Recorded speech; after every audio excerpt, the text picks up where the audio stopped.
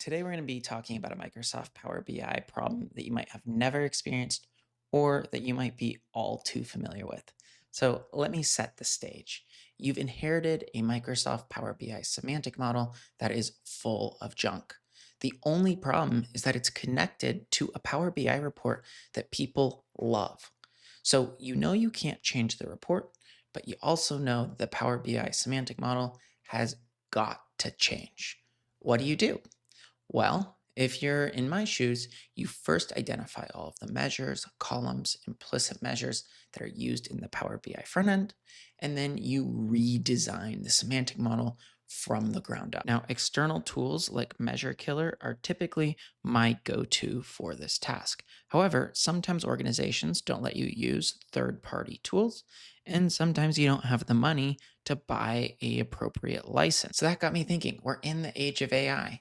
And on top of that, we have things like Power BI project files and the JSON schema behind those project files published on Microsoft's GitHub. So, why can't we design a Microsoft Fabric notebook that captures a Power BI's report JSON and then parses through that JSON, identifying all the columns that are used in it? Now, I'm an F tier Python programmer, but I knew that Semantic Link Labs had a get report definition function that would go ahead and return all of the files that make up the report. And I knew that within that was the report.json. And then I knew exactly where that Power BI report.json schema was. So I fed it to a LLM and asked it to produce me Python code that could parse its way through any report.json schema. And after about an hour of fiddling, it produced this code blob right here.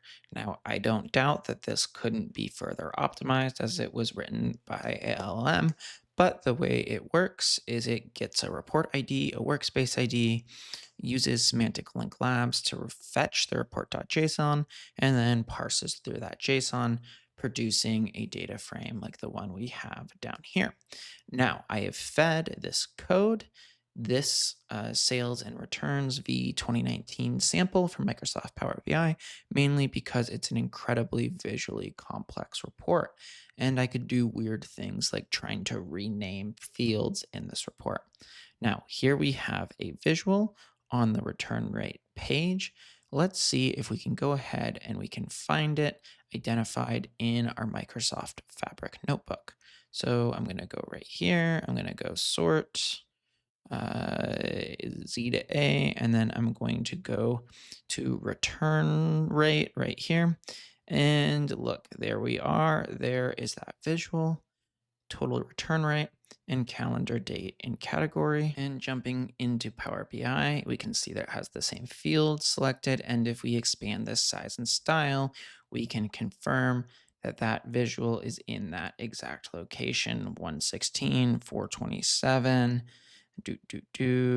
We have a horizontal of 6 and a vertical of 5, 9, 7. So if you want to play around with this Microsoft Fabric notebook and you want to find all of the implicit measures, and columns used in a report on the Power BI service, feel free to go ahead and download it from my GitHub link down below in the video description completely for free and do what you want with it.